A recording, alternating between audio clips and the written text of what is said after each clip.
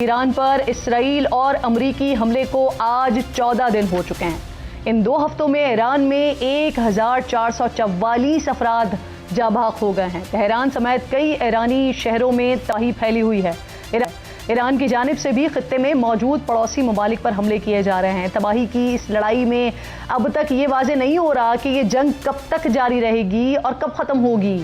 اسی بے یقینی نے دنیا بھر کو ہلا کر رکھا ہوا ہے، خاص طور پر خلیجی ممالک اور مشرق وسطیٰ میں لاکھوں لوگ اپنے گھر بار چھوڑنے پر مجبور ہیں، تو دوسری طرف تیل اور LNG گیس کی 20% سے زائد ترسیل کی سمندری گزرگاہ یعنی آبنائے ہرمز یہ بند ہوئے اور خلیجی ممالک کی طرف سے تیل اور گیس کی پیداوار محدود اور روک دینے کے فیصلے کے ساتھ ہی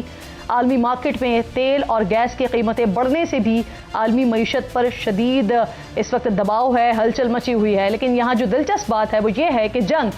امریکی حریف روس اور چین کے لیے سود مند ثابت ہو رہی ہے۔ امریکہ جو صدر منتخب ہونے کے بعد سے روس سے تیل کی تجارت کروانے والے ممالک کو دھمکا رہے تھے اور بھاری بھرکم ٹیرف عائد کر رہے تھے، اب وہی صدر ٹرمپ ہیں جو بھارت سمیت مختلف ممالک کو روس سے تیل خریدنے کے خود ہی مشورے دے رہے ہیں۔ ایک ہفتے پہلے صدر ٹرمپ نے بھارت کو روس سے تیل خریدنے کے لیے 30 دن کی چھوٹ دے دی۔ پھر 2 دن پہلے روسی صدر سے فون پر بات چیت کے بعد انہوں نے کہا کہ امریکہ تیل کی بڑھتی ہوئی قیمتیں کنٹرول کرنے کے لیے ماسکو کے اوپر سے کچھ پابندیاں ہٹا رہے ہیں، اور آج امریکہ نے 11 اپریل تک روسی تیل پر سے عائد پابندیاں اٹھا لی ہیں۔ مختلف اطراف سے ہونے والی تنقید پر امریکی وزیر خزانہ نے کہا ہے کہ اس فیصلے سے روس کو کوئی مالی فائدہ تھوڑی ہوگا۔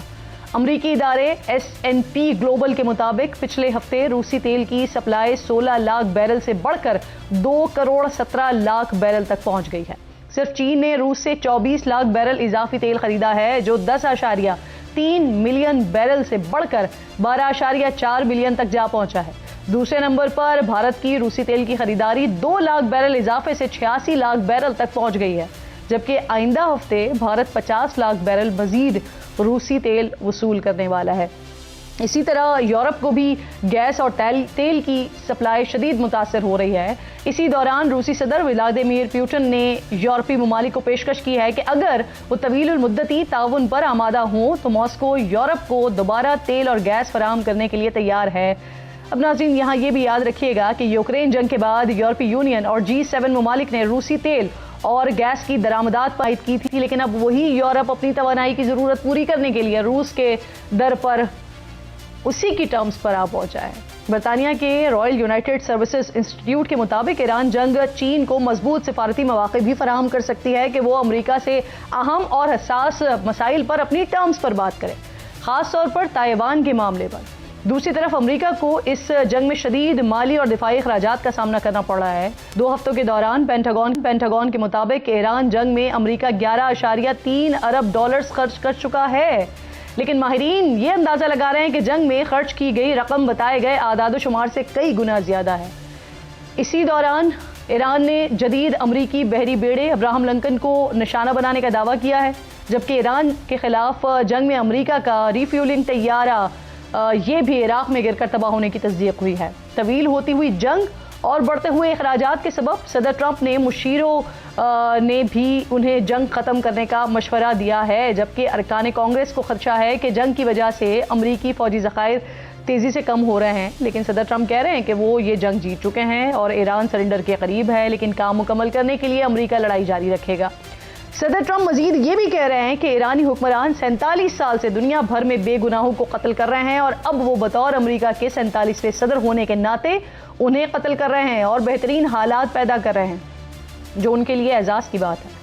ساتھ ہی انہوں نے امید ظاہر کی ہے کہ ایرانی عوام حکومت گرا دیں گے۔ اسی درمیان پاسداران انقلاب نے خبردار کیا ہے کہ اگر حکومت مخالف مظاہرے دوبارہ ہوئے تو پہلے سے زیادہ سخت رد عمل ہوگا۔ دوسری طرف ایران میں آج یوم القدس بھرپور انداز میں منایا گیا ہے۔ صہیونی حکومت اور امریکی حملوں کے باوجود لاکھوں ایرانی تہران اور دیگر شہروں میں سڑکوں پر آئے۔ ریلیوں میں ایرانی صدر سمیت دیگر حکام شریک ہوئے۔ نو منتخب ایرانی سپریم لیڈر مجتبیٰ خامنہئی نے اپنے پہلے آڈیو بیان میں کہا کہ ایران اپنے ہر اس شہری کے خون کا حساب لے گا جو اس جنگ میں شہید ہوا ہے۔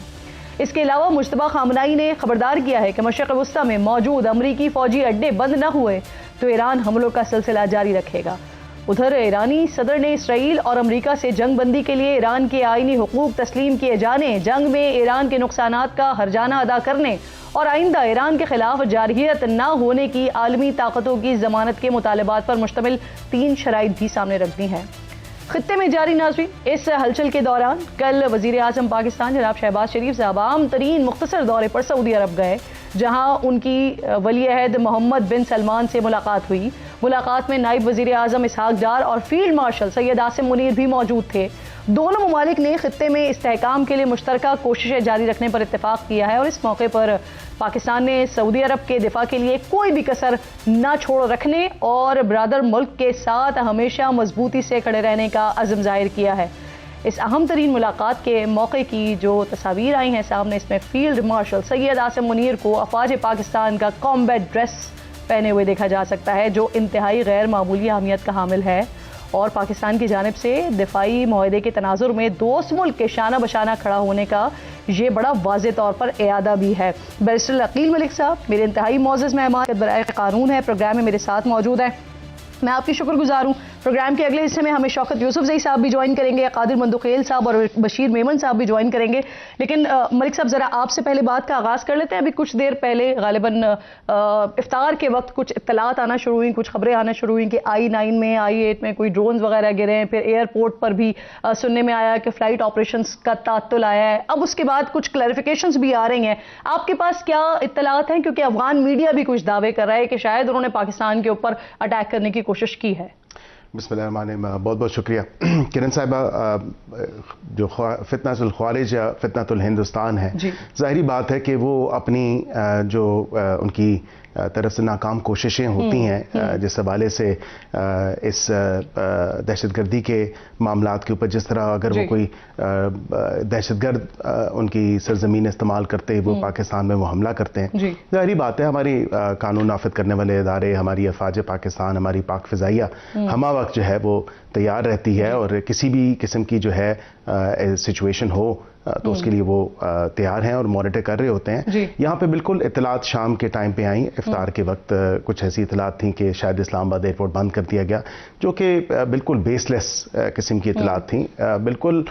کچھ تو آپ دیکھیں کہ 23 مارچ کے حوالے سے میں آپ کو بتاؤں کہ ایکسرسائزز چل رہی ہیں اور اس حوالے سے وہ ایکسرسائزز آن گوئنگ ہیں، وہ دوپہر میں بھی ہوتی ہیں، وہ شام میں بھی ہوتی ہیں، اور یہ بے بنیاد قسم کی اطلاعات جو آئیں کہ اسلام آباد ایئرپورٹ بند ہو گیا، اس کی فضائی حدود بند ہو گئی،